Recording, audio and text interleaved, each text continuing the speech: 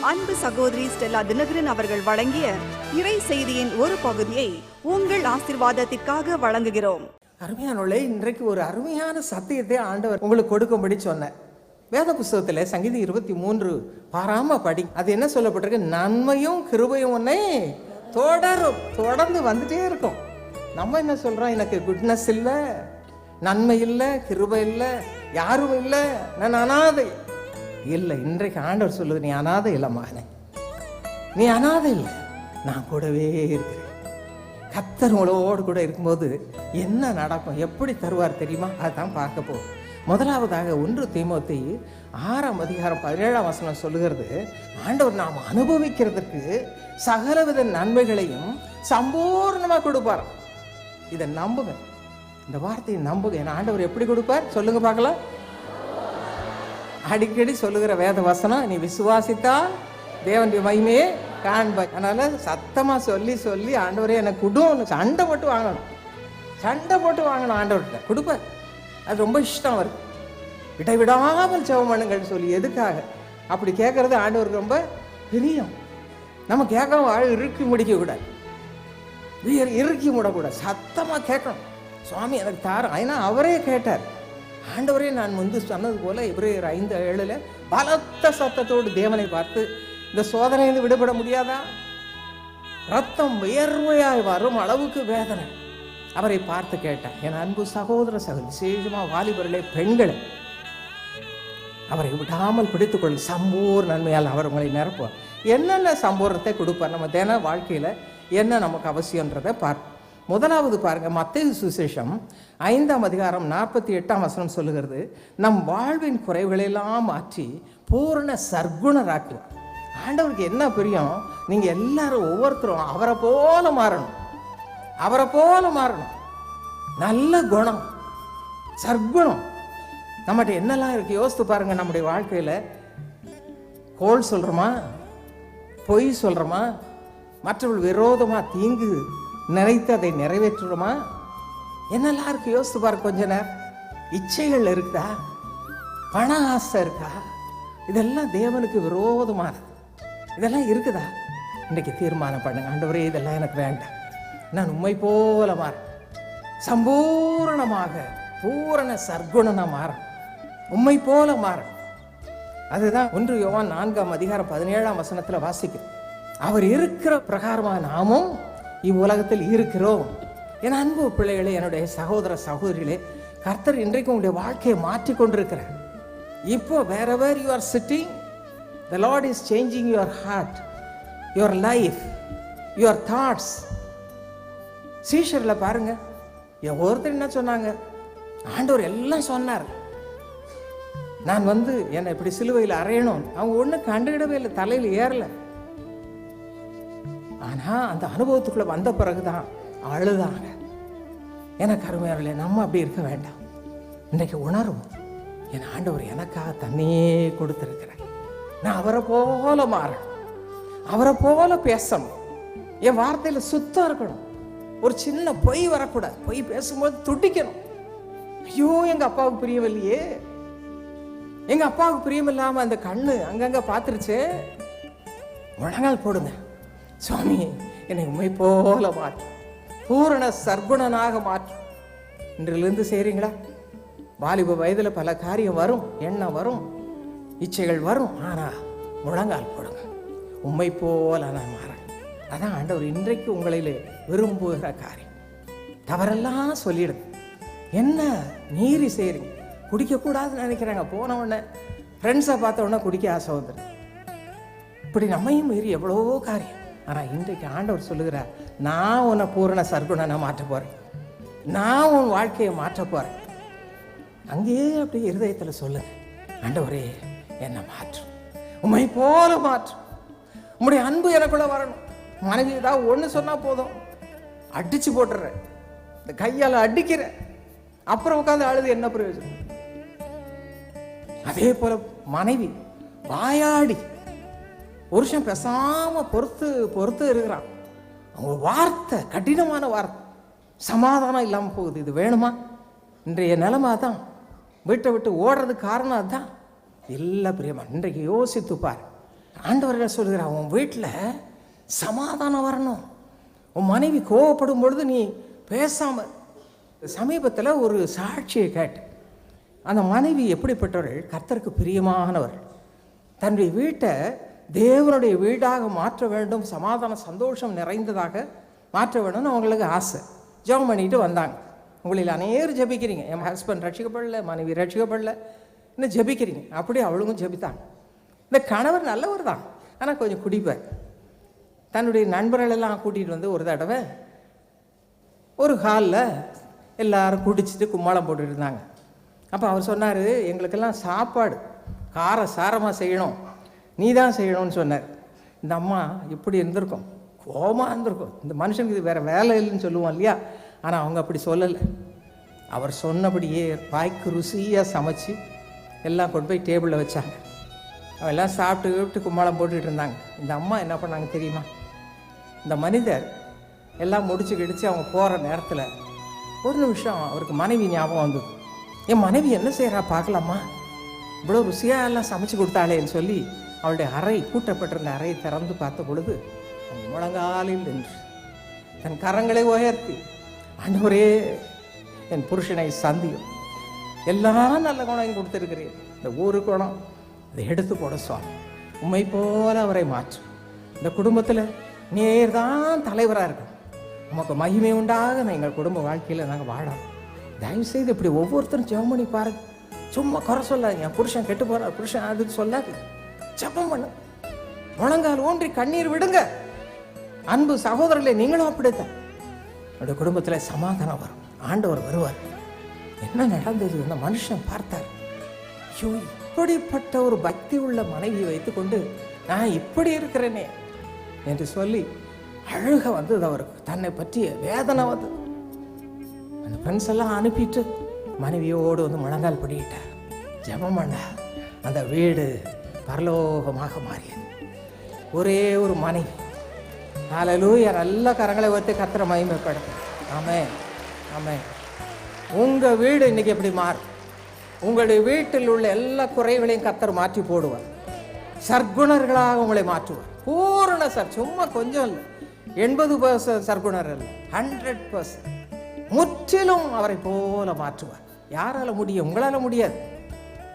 நீ எதெல்லாம் விடணும்னு நினைக்கிறீங்களோ அதான் செய்ய தோணும். ஆனால் கர்த்தர் உங்களை தொடும் பொழுது விடுதலையாக. எத்தனை குடிக்கு அடிமைப்பட்ட சகோதரர் சொல்லுவாங்க, நான் சில நேரம் கேட்டிருக்கேன், இத்தனை வருஷமாக குடிச்சிங்களே, இப்போ அந்த கடை இருக்கும்போது நீங்கள் போனீங்கன்னா எப்படி தோணுது உங்களுக்கு? ஆசை வந்துடுதா? யாருக்கும் தெரியாமல் போய் ஒன்று போட்டு வந்துடலாம்னு நினைக்கிறீங்களா அப்படின்னு. அப்போ அவருக்கு என்ன சொன்னார் தெரியுமா? இல்லை சிஸ்டர், அங்கே குடிக்கிறவங்கள பார்த்து நான் ஜெபிக்கிறேன், என்னை போல என் சகோதரர் மாறணும், இயேசுவை போல மாறணும், என்னை விடுதலையாக்கின இயேசுவுக்கு உண்மையாக இருக்கணும், மாறுறேன், அப்படி தான் இப்போ ஜெபிக்கிறேன்னு சொன்னாங்க. என்ன டிரான்ஸ்ஃபர்மேஷன், மறுரூபம். கர்த்தர் எப்படி மறுரூபப்படுத்துவார்? உங்களையும் மறுரூபப்படுத்துவார். இன்றைக்கி நீங்கள் எல்லாம் ஆண்டவருடைய சேவைக்கு வேணும். ஆண்டவர் சொல்லுது, அறுப்பு மிகுதி, வேலையாட்களை கொஞ்சம், நீங்கள் எல்லாம் எழுந்து வேலை செய்யணும். அதுக்கு தான் இன்றைக்கு கொண்டு வந்திருக்கிறேன். உங்கள் குணத்தை எல்லாம் மாற்றி மறுரூபப்படுத்தி புது குடும்ப வாழ்வை கொடுத்து, இந்த குடும்பத்தை விட்டு ஓடி போகிறது, டைவர்ஸ்ன்ற பேச்சுக்கே இடம் இருக்கக்கூடாது. இன்றைக்கி யாராவது அப்படி வந்திருந்தீங்கன்னா இன்றைக்கி தூக்கி எறிங்க, டைவர்ஸ் எல்லாம் தூக்கி எறிங்க. அது பிசாசுக்கும் பிசாசின் மக்களுக்கும் உரியது, உங்களுக்கு அல்ல. கர்த்தரை தேடி வந்திருக்கிற நீங்கள் பாக்கியவான்கள், பாக்கியவதிகள். கர்த்தரை தங்கள் தெய்வமாக கொண்ட ஜனம் பாக்கியம் உள்ளது. ஆகவே நீங்கள் பாக்கியவான்களாக இருக்க போறீங்க. கர்த்தர் சொல்லுகிறேன், நான் I will transform just like me. என்ன போல மாற்று. அவருக்கு சுலபமான காரியம். அவருக்கு ஒப்பு கொடுங்க, அவ்வளவுதான். ஆண்டவரே, இந்த ஆசீர்வாதத்தை என்ன போட பூரண சர்க்குணனான மாற. அடுத்து என்ன இருக்கு பாருங்க. ரெண்டாவது, பூரண அன்பை கொடுக்கிறார். அன்பே இல்லாதனால தான் சண்டை போடுறோம், மற்றவங்க கஷ்டத்தை புரிந்து கொள்ள மாட்டேங்கிறோம். ஆனால் ஆண்டவர் என்ன சொல்கிறாரு? பூரண அன்பை உங்களுக்கு கொடுக்கிறார். அன்பு, கிறிஸ்துவின் அன்பு எங்களை நெருக்கி ஏவுகிறது. ஒரு குடும்பத்தில் ஒரு பெண் தன் கணவனோடு சேர்ந்து ஆண்டவருக்கு சொந்தமாகி ஆண்டவருக்காக உழைக்க ஆரம்பித்தார். அவங்க வீட்டில் இருந்து எல்லாருக்கும் கேலி, பரிகாசம். அவளும் பக்தி ஆயிட்டாளா, ரொம்ப கேலி பண்ணாங்க, எல்லாரும் பேசினாங்க, வாய்க்கு வந்து அப்படி பேசினாங்க. ஆனால் அந்த பெண் உறுதியாய் கர்த்தரை பற்றி கொண்டார். நீங்கள் அப்படித்தான் செய்யணும். கேலி பேசுறாங்கன்னு விட்டுட்டு ஓடிடக்கூடாது. உறுதியாய் கர்த்தரை பிடித்துக் கொள்ளணும். கர்த்தரை பிடித்து கொண்டு அப்படி பேசின ஒவ்வொருடைய பெயரை சொல்லி சொல்லி ஜெபம் பண்ணணும். ஆண்டவரே, என்னிலிருந்து அவர்களுக்குள்ளே அன்பு ஊற்றப்படணும். நான் அவங்களை கடிந்து கொள்ளக்கூடாது, அவளுக்காக ஜெபிக்காமல் நிறுத்தி விடக்கூடாது. நான் ஜெபிக்கணும். உங்களுடைய அன்பு அவளுக்குள்ளே ஊற்றப்படணும். எனக்குள்ளே ஊற்றப்பட்டது போல அவர்களுக்குள்ளே ஊற்றப்படணும். ஜெபம். அப்படியே ஜெபம் பண்ணிட்டு வந்த நடந்தது என்ன தெரியுமா? கர்த்தர் அவர்களை வேலையில உயர்த்தினார், வாழ்க்கையில உயர்த்தினார். பெரிய வீடு, பெரிய காரு. எல்லாருக்கும் ஆச்சரியம், இது என்ன இவ சின்னவா எல்லாத்துலேயும், இவளுக்கு மட்டும் எப்படி பெரிய வீடு, பெரிய பங்களா, பெரிய கார், இதெல்லாம் எங்க? அப்பதான் அவங்க கண் திறந்தது. இயேசு இயேசு அவர்களுக்கு கொடுத்திருக்கிறார். அவங்க வேற ஒன்றும் காரணம் இல்லை, இயேசுவை தேடினார்கள், இயேசு கொடுத்திருக்கிறார். நாமும் தேடும். நம்ம இவ்வளவு குறைவுள்ளவர்களாக இருக்கிறோமே, எல்லாரும் உணர்ந்து கர்த்தருடைய அன்பை ருசித்து இன்றைக்கு அவங்க குடும்பம் எல்லாம் அவங்களுக்கு சப்போர்ட்டிவா இருக்கிறாங்க. எல்லாம் என்ன சொல்லு நாங்க செய்கிறோம். என்ன சந்தோஷம்.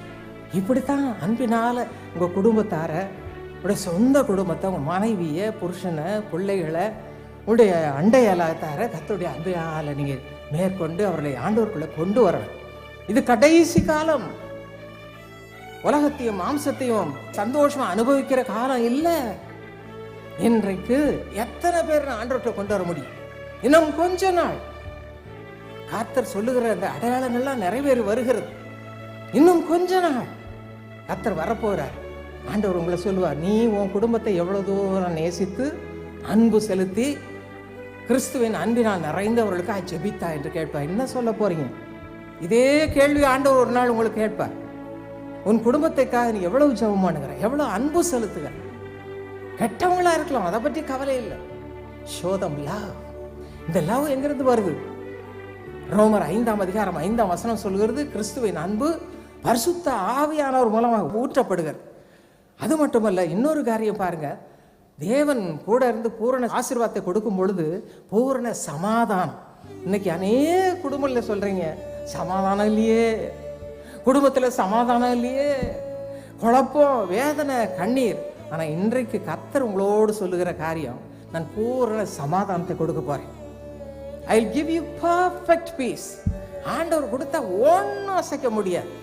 பூரண சமாதானம் இன்றைக்கு உங்களுக்கு கொடுக்குற. பேசும் பொழுது யார் யார் சொல்றீங்க, எனக்கு சமாதானமே இல்லை, எங்க குடும்ப வாழ்க்கையில் அண்டர்ஸ்டாண்டிங்கே இல்லை, என் மனைவி நான் ஒன்று சொன்னா அவ ஒன்று சொல்றா, பிள்ளைங்க ஒன்று சொல்றாங்க, இன்றைக்கோடு அந்த காரியம் முடிவடைகிறது. விசுவாசிக்கிறீங்களா? நம்புறீங்களா? கர்த்தர் அப்படியே இந்த நாளிலிருந்து நீங்க அதை காண்பீர். அதுக்கு தான் ஆண்டவருடைய வார்த்தை உங்களோடு பேசுகிறார். இன்றைக்கு ஆண்டவர் சொல்லுகிறார், பூரண சமாதானம். உம்மை உறுதியாய் பற்றி கொண்ட மனதை உடையவன் உண்மையை நம்பி இருக்கிற. அப்படி ரெண்டு தான் உங்க வாழ்க்கையில் இருக்கணும். கர்த்தரை உறுதியாக பற்றி கொள்ள. சமாதானம் இல்லையா? சில நேரம் கூட்டு குடும்பம், ஜபமே கிடையாது அந்த குடும்பத்தில், இப்படி இருப்பாங்க. சில பெண்களை திருமணம் ஆகி அந்த வீட்டில் கொண்டு போய் கொடுத்துருவாங்க. பெற்றோர் கொடுத்தா போதும், கல்யாணம் ஆனால் போதும், தள்ளி விட்டுருவாங்க. அங்கே போனால் ஜபமும் கிடையாது, சமாதானம் கிடையாது. இந்த பெண்ணு வேதனைப்படும், எங்கள் வீட்டில் எவ்வளவு ஜபம், நான் என்ன பண்ணுறது? அப்படி ஒரு பெண் என்ன செய்தா, தனியாக ஜெபிக்க ஆரம்பித்தா. ஒவ்வொருத்தருக்காக, குடும்பத்துக்காக. ஒரு 4-5 பேர் சேர்ந்த குடும்பம், மகன், மருமகன் என்னெல்லாம் சேர்ந்து ஒவ்வொரு குடும்பத்துக்காக ஜெபம் பண்ண ஆரம்பித்தேன். அப்புறம் மெதுவாக குடும்ப ஜெபம் செய்கிறதுக்கு கூப்பிட்டேன். கொஞ்சம் கொஞ்சமாக வர ஆரம்பித்தாங்க. குடும்பமாக வந்தது. ஆண்டவர் அவர்களை தொட்டார். இந்த பிள்ளையினுடைய அன்பு நிமித்தம் குடும்பம் முழுவதும் ரட்சிப்புகளை வந்தது. இது நடந்த ஒரு நான் கதை சொல்ல நடந்த காரியம். சில பெண்கள் உறுதியாக கர்த்தரை பிடித்து, இந்த சமாதானம் எங்களுக்கு வேணும் என்று உறுதியாக நம்பி அவரை பற்றி கொண்டபடினால இந்த சமாதானம் குடும்பங்களுக்குள்ளே வருது. பத்திரிகையில் கூட நான் எழுதியிருக்கிறேன், இந்த சமாதானம் உங்களுக்கும் வேணும் இல்லை? இன்றைக்கு வேணுமா வேண்டாமா? எத்தனை பேருக்கு வேணும்? பார்த்தீங்களா? சமாதானம் இல்லாமல் தான் இன்னைக்கு உலகம் அழிந்து கொண்டிருக்கிறது. எங்கேயும் இல்லை, தேசங்கள்லேயும் இல்லை. ஆனால் கர்த்தர் நமக்குள்ளே வரும்பொழுது எப்படிப்பட்ட சமாதானம்? பூரண சமாதானம். இதை தான் இன்றைக்கு அவருடைய பிள்ளைகளாக உங்களுக்கு ஆண்டவர் கொடுக்கிறார். பெற்றுக்கொள்ளுங்க, எடுத்துக்கொள்ளுங்க. இந்த சமாதானத்துக்காக நான் ஜெபிப்பேன். என் குடும்பத்தில் இருக்கிற சமாதானமற்ற நிலைமை இன்றைக்கு கர்த்தரிடம் சொல்லி சொல்லி நான் மன்றாட போகிறேன். இந்த குடும்பம், என் குடும்பத்தில் தேவனுடைய சமாதானம் வரணும் என்று ஜெபிங்க. சங்கீதம் 29:11 கர்த்தர் சொல்லுகிறார், கர்த்தர் தமது ஜனத்துக்கு சமாதானம் அருளி அவர்களை ஆசீர்வதிப்பார் என்று சொல்லுகிறார். அதுவும் யோவான் சுவிசேஷம் 14ஆம் அதிகாரம் 27 என்ன சொல்லுகிறார்? என் சமாதானம். ஆண்டவர் சொல்லுகிறார், it's my peace, my divine peace. என்னுடைய தெய்வீக சமாதானம் சும்மா சாதாரணமானதல், இன்னைக்கு வருது நாளைக்கு போகிறது இல்லை. தயவுசெய்து இதை கேளுங்க. இந்த சமாதானம் எங்கள் வீட்டுக்கு வேணும், இந்த சமாதானம் இருந்தால் போதும், வேற ஒன்றும் வேண்டாம் என்று கேளுங்க. கர்த்தர் இன்றைக்கு கொடுத்து உங்களை அனுப்பிச்சு உங்கள் வீட்டில் இந்த சமாதானத்தை கொடுப்பேன். கடைசியாக பூரண பலன். தேவனுடைய ஊழியன் பவுல் ஆண்டவரை நோக்கி ஜெபிக்கிறான் 3 முறை. எனக்கு சரீரத்தில் பலன் இல்லையே, நான் எப்படி வேலை செய்யறது? ஆண்டவர் சொல்லுகிறார் 2 கொரிந்தியர் 12ஆம் அதிகாரம் 9ஆம் வசனத்தில், பவுலே என் கிருபை உனக்கு போதுமானே, என் கிருபை உனக்கு போதும். நீ ஜெபம் பண்ணும்போது சுகமில்லையே, கால் வலிக்குது, கை வலிக்குது, இங்கே தொட்டா இந்த இடத்துக்கு மருந்து சாப்பிட்டா இன்னொரு இடத்துல வேதனை வருது, நான் என்ன பண்ணுறேன், டாக்டர்ஸால் ஒன்றும் முடியலையே, எத்தனை தடவை அழுகிறோம், எத்தனை தடவை அழுகிறோம். ஆண்டவர் சொல்லுறேன் என் கிருபை உனக்கு போதும், நான் உனக்கு பூரண பலன் கொடுப்பேன். சும்மா பலன் இல்லை, சும்மா தொட்டுட்டு போகிறது இல்லை. பல வருஷங்களுக்கு முன்பு எனக்கு ஒரு பெக்யூலியர் பெயின். இந்த 2 கையிலையும் உழையும்னா அது அப்படின்னா உள்ள அப்படியே என்னமோ பண்ணும், வெளியே ஒன்றும் செய்ய முடியாது. வெளியே எத்தனை தைலம் போட்டாலும் சோகமாகாது, வலி கொல்லும். என் கணவர் பாவம் டாக்டர்லாம் கூட்டு போய் ஊசியெல்லாம் போட்டாங்க. அவர் சொன்னார், டாக்டர் சொன்னேன் இவ்வளோதாம்மா, இதுக்கு மேலே ஒன்றும் முடியாது, காலை நெக்கில் போட்டுருங்கன்னாரு. நான் சொன்னேன் காலை நெக்கில் போட்டு நான் ஊழியம் செய்ய முடியாது, எனக்கு விடுதலை வேணும் ஆண்டவரேன்னு ஜெபித்து கொண்டு வந்தேன். ஒரு நாள் காலையில் பயங்கர வலி, என்னால் தாங்க முடியல, அழுன்னு அழுதேன் தனிமையில் உட்காந்து. என் கணவர் எப்பொழுதும் போல காலையில் ஜெபத்தில் இருக்கார், முழங்கால் போட்டு. நான் அவரை தொந்தரப்படுத்த விரும்பலை. அப்பொழுது எனக்கு ஒரு விசுவாசம் வந்தது. என்ன செய்கிறேன் தெரியுமா? அன்னைக்கு பார்த்து வேலைக்காரி வரல, வீட்டில் நிறைய பாத்திரம் பெடுக்காமல் கொள்ளாமல் அசிங்கமாக இருந்தது. எழுந்தேன், பாட்டு பாடிக்கொண்டே ஸ்தோத்திரம் பண்ணிக்கொண்டே அந்த வேலையெல்லாம் முடித்தேன். வேலை அத்தனை பாத்திரத்தையும் கழுவி அதன் இடத்துல வைத்து முடித்தேன். வீடெல்லாம் பெருக்கிறேன், வலியை தேடி பார்க்குறேன், காணும். ஹல்லேலூயா. இன்று வரை அது இல்லை. அந்த உளைச்சல் கையுக்குள்ள உழையும் தெரியும், நிறைய பேர் நீங்கள் வந்திருப்பீங்க. தாங்கவே முடியாது, ஊசி போட்டாலும் தாங்காது, அந்த நேரம் ரிலீஃப், அவ்வளோதான். தாங்க முடியாத வலி. ஆனால் அத்தனை இன்று வரைக்கும் அந்த வலி கிடையாது. வேற என்னமோ சின்ன வலி வரும் போகும், அதை பற்றி நாங்கள் கவலையப்படுறது. ஆனால் இந்த வலி பயங்கரமாக தாங்கவே முடியாது. எனக்கு அருமையான கர்த்தர் உயிரோடு இருக்கிறார், அவர் உங்களை பார்த்து கொண்டு இருக்கிறார். அவருக்கு தெரியும் என் பிள்ளைக்கு பலன் வேணுமே, என் ஊழியம் செய்ய பலன் வேணுமே, என் காரியம் தானே செய்கிறான், அவளுக்கு பலன் கொடுக்கணுமே. கேளுங்கள், அப்பொழுது கொடுக்க உங்கள் சந்தோஷம் நிறைவாக இருக்கும்படி பெற்று. அருமையான ஒரு வசனம், யோவான் 16:24 வாசித்து பாருங்க. உங்கள் சந்தோஷம் நிறைவாக இருக்கும்படி நீங்கள் கேட்கறதை பெற்றுக்கொள்வீங்க. அப்படிதான் நான் கேட்டேன், ஒரே சந்தோஷம். என் கணவர் வந்த பண்ண சொன்னேன், நான் நோ மோர், கழுத்துக்கு காலை வேண்டாம், ஊசி வேண்டாம், என் ஆண்டவர் போதுமான. ஹல்லேலூயா. அப்படித்தான் உங்களுக்கு செய்வார். கடைசியில் ஒரே ஒரு காரியம், பரிசுத்தம். இது உங்களுக்கு அவசியமான காரியம். தயவு செய்து வாலிபர்களோ வயோதிபர்களோ யாராக இருந்தாலும் பரிசுத்த வாழ்க்கை உங்களுக்கு வேணும்.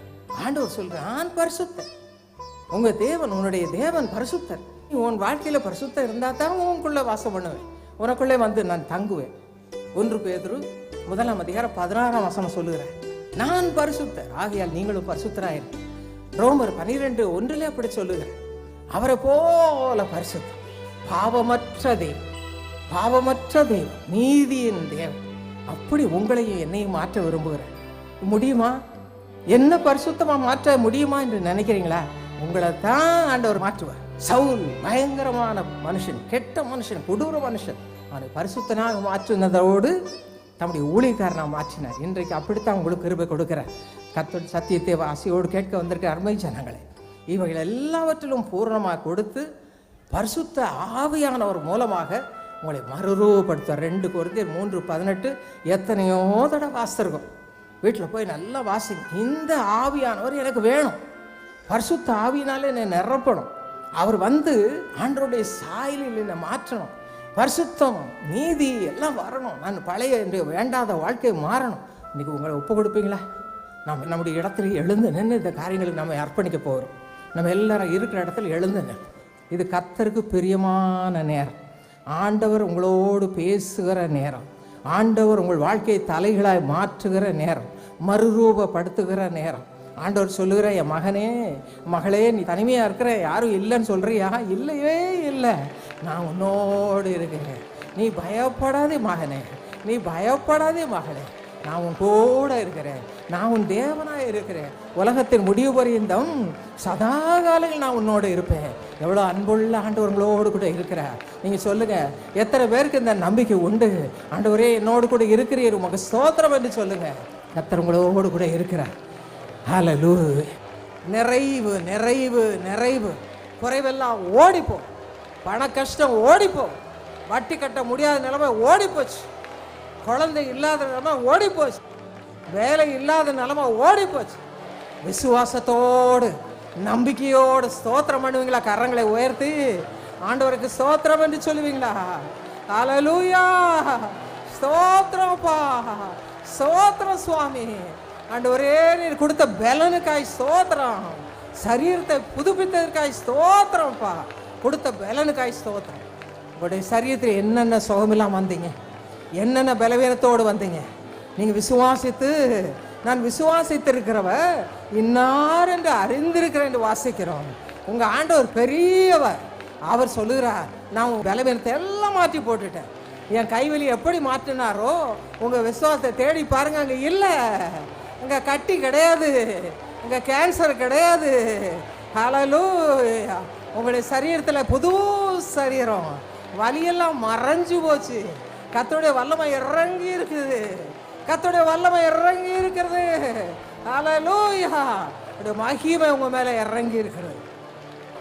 ஸ்தோத்திரம்ப்பா தகப்பனே, எவ்வளவு சந்தோஷம்ப்பா.